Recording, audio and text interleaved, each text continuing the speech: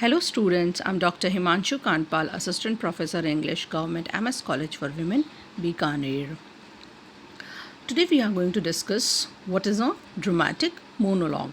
Dramatic monologue, a poem written in the form of a speech of an individual character.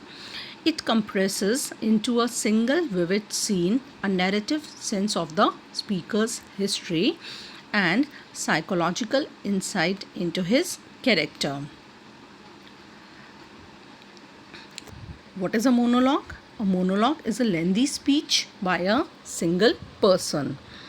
In a play, when a character utters a monologue that expresses his or her private thoughts, it is called a soliloquy.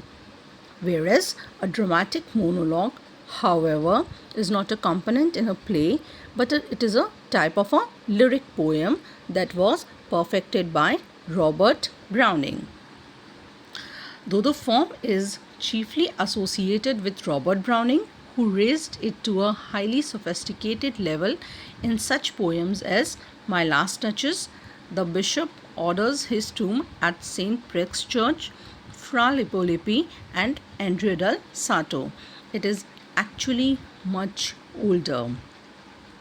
Many Old English poems are dramatic monologues, for instance, The Wanderer and The Seafarer.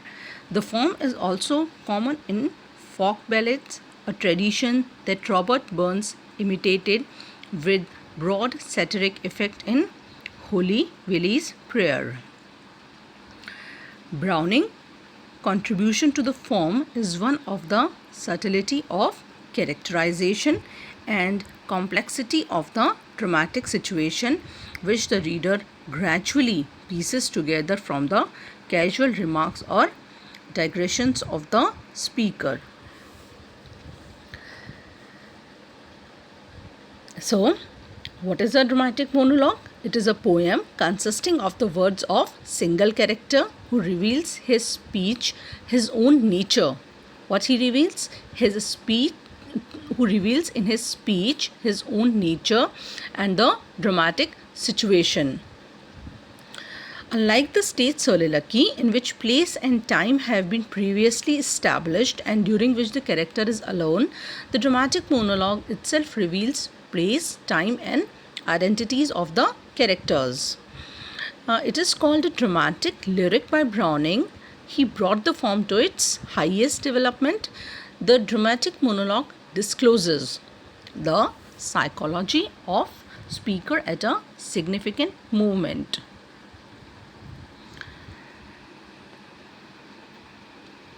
The subject discussed is usually far less interesting than what is inadvertently revealed about the speaker himself. In My Last Touches, in showing of a painting of his late wife, an Italian aristocrat reveals his cruelty to her. The form parallels the novelistic experiments with point of view in which the reader is left to assess the intelligence and reliability of the narrator. Later poets who successfully used the form were Ezra Pound, The Reverse Merchant's Wife, a letter, T.S. Eliot and his poem Love Song of J. Alfred Prufrock, and Robert Frost in The Pauper Witch of Grafton. Though the dramatic monologue was peculiarly suited to Browning's genius, despite all his appetency for drama, Browning did better work in his dramatic monologue than his plays. Though he did not achieve success immediately, his power and his technique evolved slowly but steadily till perfection was achieved. So, what are the characteristics of dramatic monologue? A dramatic monologue is the most important kind of that subdivision of objective poetry which we have called dramatic.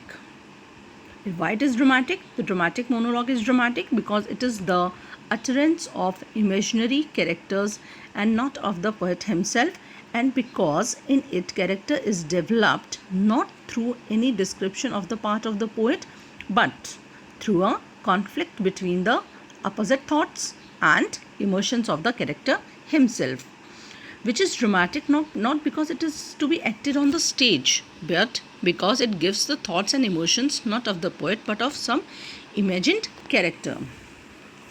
The dramatic monologues are called monologues because in them only one character speaks throughout.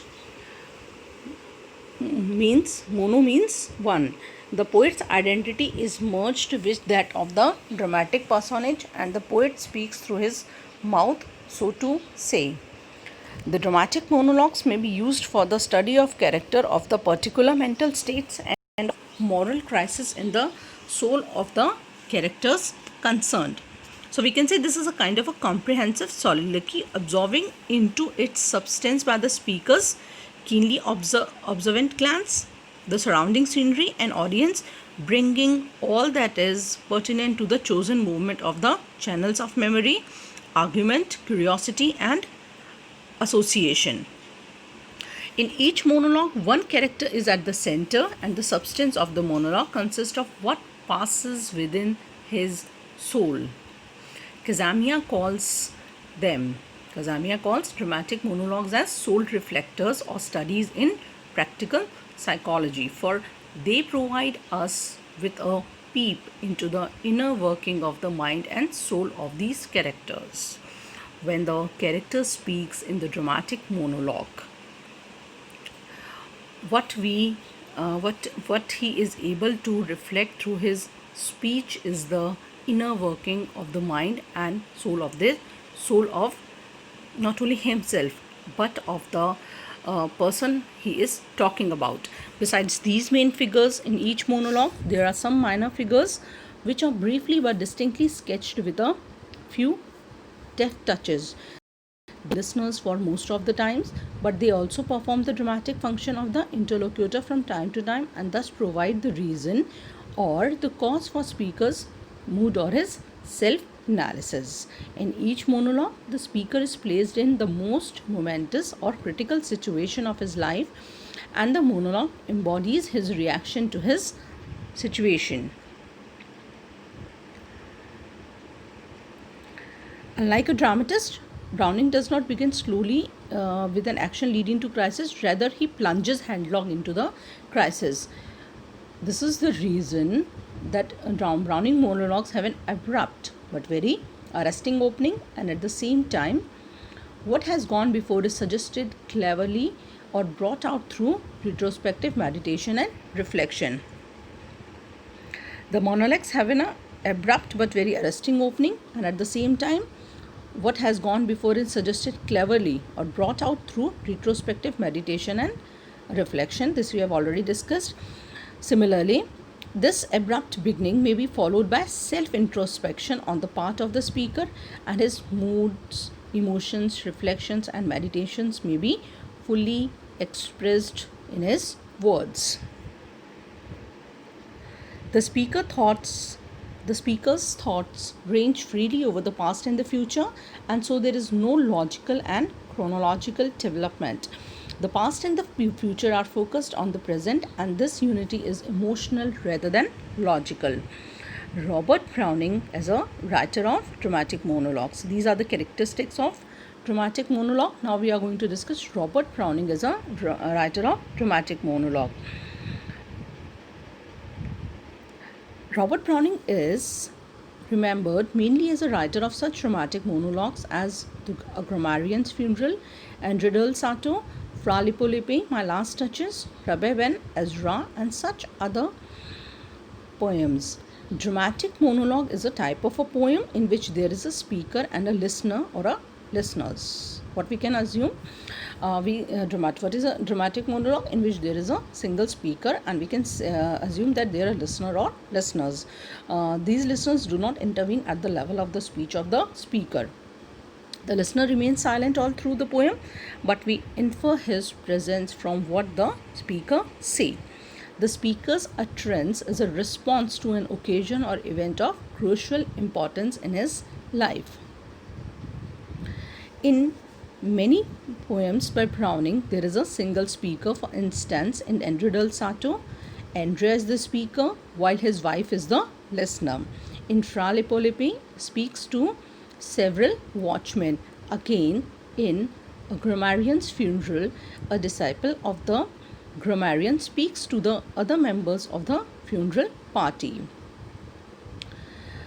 In all these poems, we find a single speaker who speaks in a dramatic situation. These speakers are not to be identified as Browning himself.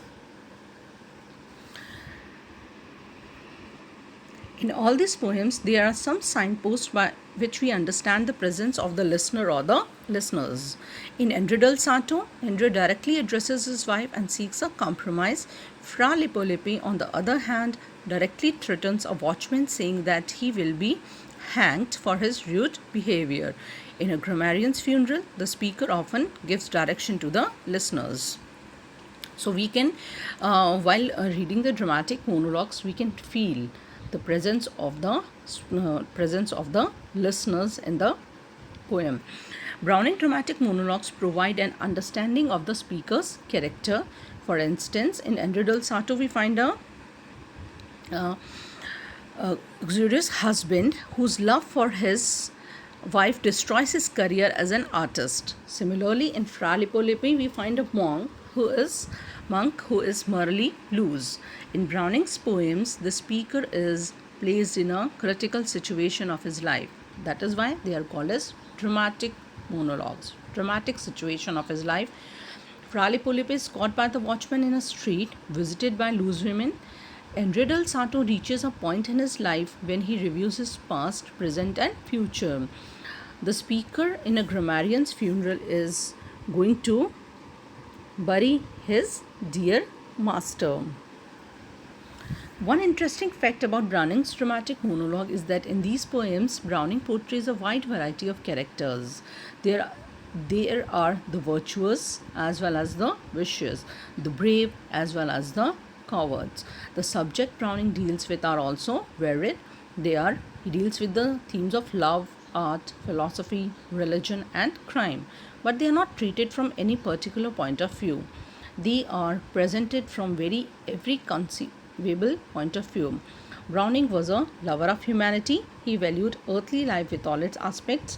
In these respects, his approach to life is realistic. From the above discussion, we find that Browning is very successful in handling the form of dramatic monologue in his poems. Almost all the elements of a successful dramatic monologue are present in his poems. Browning is amazingly objective in some of them, but more often than not, he betrays his own personal point of view. His philosophy of life, his view on God and immortality of the soul can all be gathered from a study of his monologues. With such subjectivity is unavoidable in a verse form, which requires the poet to lend his own mind to his characters to enable them to defend their actions. So in the end, I would like to summarize what is a dramatic monologue. It is a poem presented as though spoken not by the poet but by a single imagined or historical person, usually to an imagined listener. The speaker or persona is thus dramatized, often ironically through his or her own words. The early masters of the modern form in English are Robert Browning, as he used this form in the poems like My Last Duchess and Fra Lippo-Lippi. And we can name a few more, like Alfred Lord Tennyson, as in Ulysses, and Saint Simon Stylites, both written in 1842. From the 20th century, the most celebrated example is T.S. Eliot's The Love Song of J. Alfred Prufrock, which was published in 1917. There are some of the later poets of 20th century who favored this form, dramatic monologue. The names include Carol Ann Duffy and Andrew Motion. This is all about the dramatic monologue. Thank you.